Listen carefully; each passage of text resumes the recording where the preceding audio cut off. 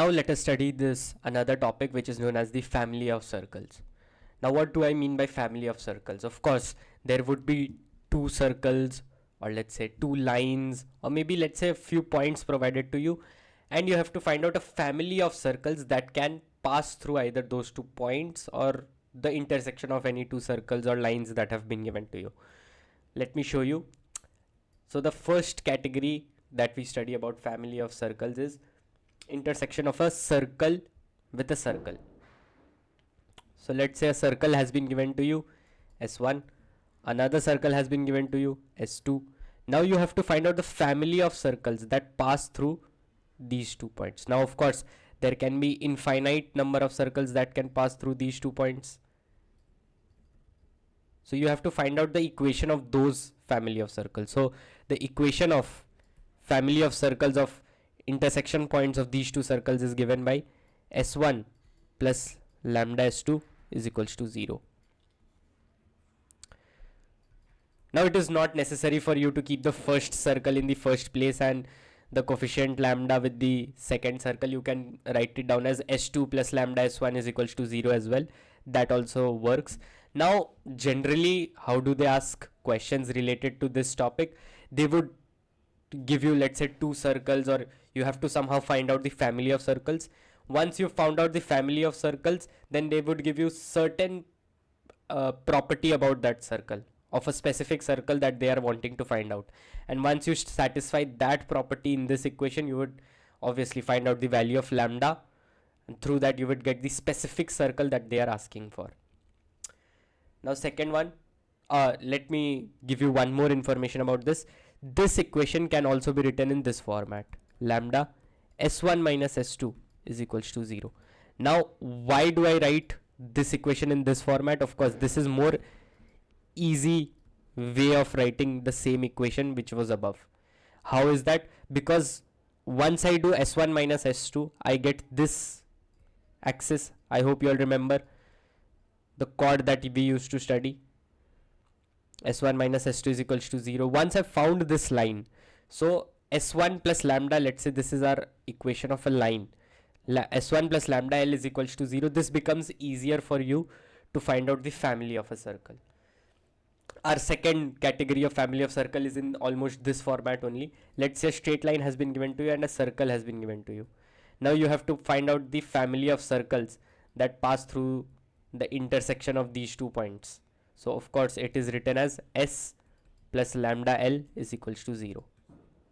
Here L is the equation of line and S is our equation of the circle.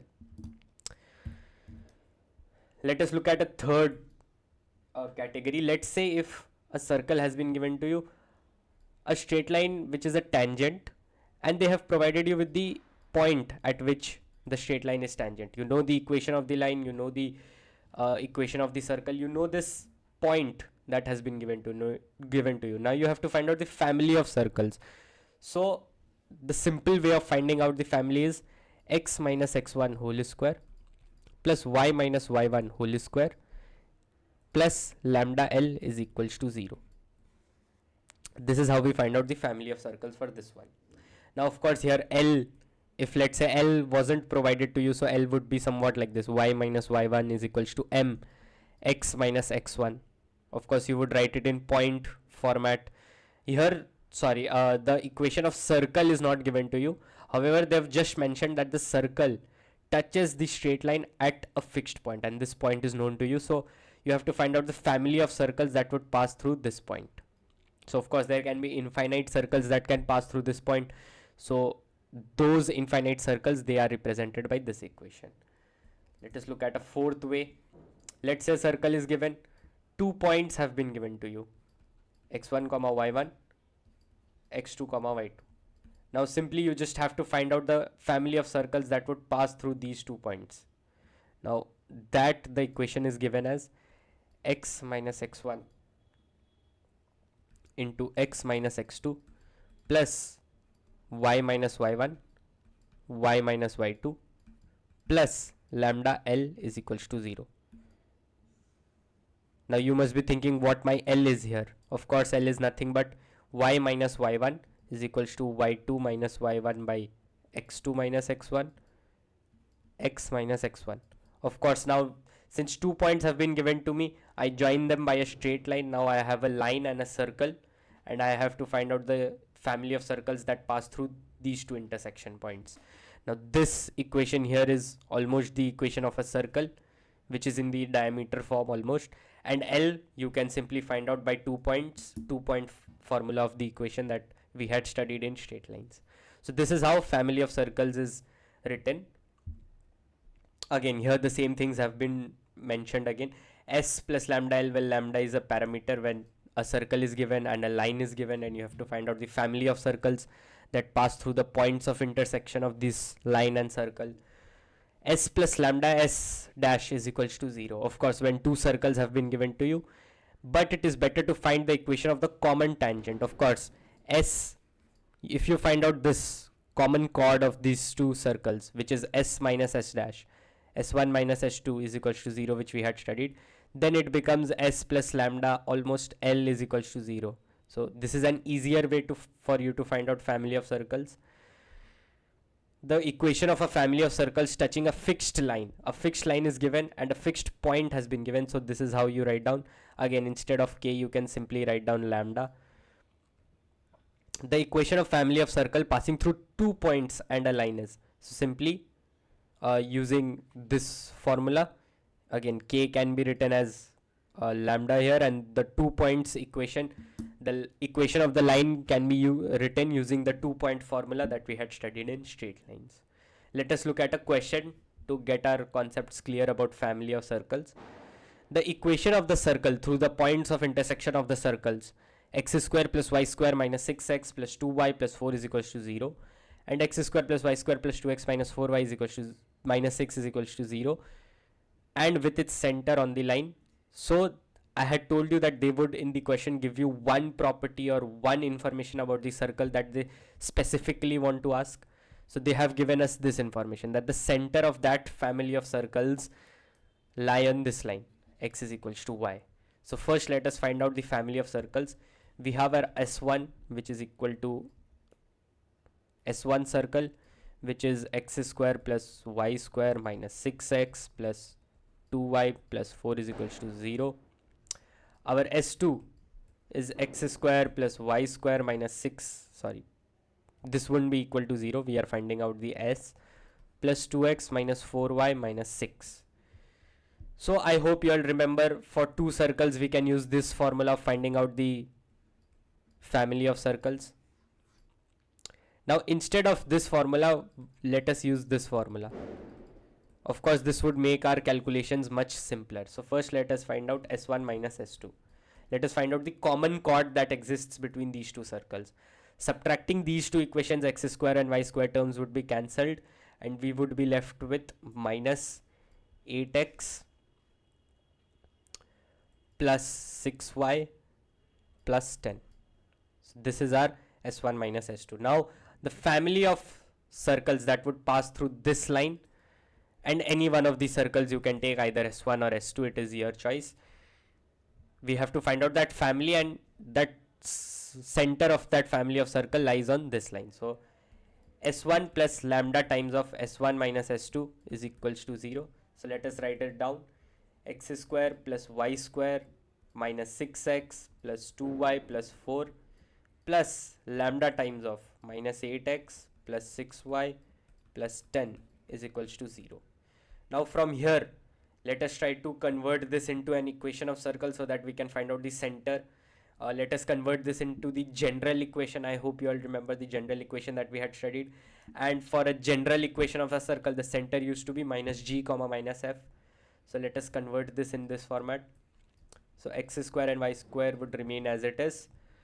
Plus, let us find out the coefficient of x. It would be minus 6 and minus 8 lambda. Plus, find out the coefficient of y, 2 plus 6 lambda. And what is our constant term that we have left with? We are left with plus 4 plus 10 lambda. This is equal to 0. So this is our equation we've gotten. So I hope you all remember the general equation, which used to be x square plus y square plus 2gx plus 2fy plus c is equals to 0. So from here we can see that this value is nothing but 2g and this value is nothing but 2f. And our center for this circle used to be minus g comma minus f. So similarly we can find out the center for our main equation, which is minus g. So it would become 3 plus 4 lambda comma, and this one would become minus 1 minus 3 lambda. So this is our center. Now about the center, they've given us the information that the center lies on the line y is equals to x. Now if I satisfy this center in this line, what am I going to get?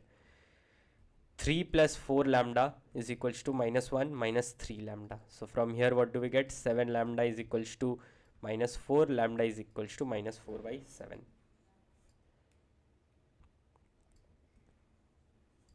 Minus 4 by 7. So we've gotten our lambda.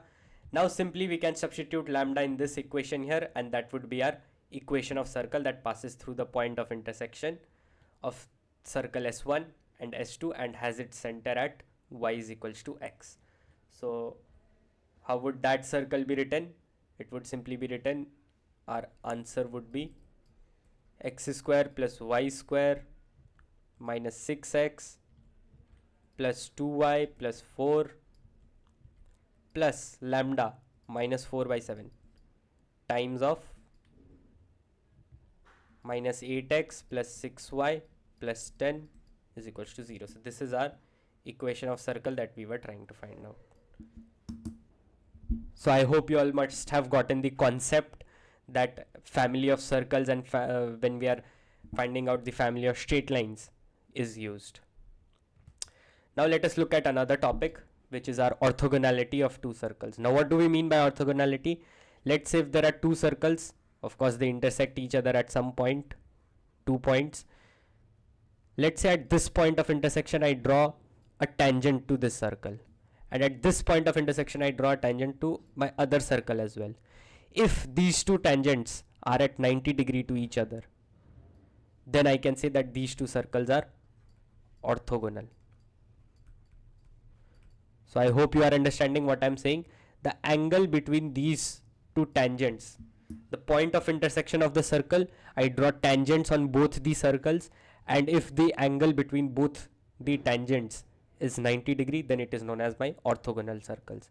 So if let's say this is my S1, this is my S2, this is my circle which has center minus G1 comma minus F1, this is my other circle which has center minus G2 comma minus F2, then the condition for orthogonality can be written in this format: 2G1 G2 plus 2F1 F2 is equals to C1 plus C2, where the equation of my first circle S1 is x square plus y square plus 2G1x plus 2F1y plus C1 is equals to 0, and my second circle's equation is written as x square plus y square plus 2G2x plus 2F2y plus C2 is equals to 0. So you must remember this condition. Sometimes in questions they would provide you with two equations of circles with, let's say, some unknown constant given, and they would say that the two circles are orthogonal with each other. So you have to find out the unknown constant. So you can simply use this condition and find out the answer. Now let us look at radical axis of a circle. This is nothing new. We have already studied this. Let us say there is a circle. There are two circles that are at a farther distance from each other. They are not intersecting. This is my S1. This is my S2. So the equation of radical axis of these two circles can be given by S1 minus S2 is equals to 0. We had studied this equation for the common chord between two intersecting circles. So same thing applies here as well. The radical axis would be this one that would exist exactly in the center of these two circles. So if I, let's say, join these two centers C1 and C2, so this point here, this intersection point, is nothing but the midpoint of these two, midpoint of this line, which is C1 C2. Now what is the important property of radical axis is that if I take any point px comma y on the radical axis and I draw tangents on these two circles, then the length of tangent on both the circles would be same. So basically it is nothing but a line which exists at the center of two circles, and if I take any point on this line and I draw tangents on both the circles, the length of the tangent would be same. Now you must be asking, if let's say two circles are intersecting, then what about the radical axis? It is nothing but the line that passes through the intersection. Again, this is not generally known as the radical axis. This is known as the common chord of these two circles. However, if in the question they directly ask you regarding this thing, you can simply find out by this equation, which is r s1 minus s2 is equals to 0. Now again, this is an important property that you must remember, that the radical axis divides the line joining C1 and C2 into two equal halves, and it is at 90 degree with the line joining C1, C2. Again, the same things have been mentioned here. The radical axis is given by s1 minus s2 is equals to 0. So again, you do not need to remember all these things. You can simply in the question use this formula to find out the radical axis. So that was all about the theory and the geometry about circles that we needed to study. Of course, there used to be a lot of things about tangents, normals. However, they have been removed from the syllabus, so the syllabus have been pretty short. Now we will be looking into a few previous year questions that were asked in JEE Mains, so that your concepts and the theory that we have just studied, the formulas that we have just studied, become very clear to you and you become thorough with it.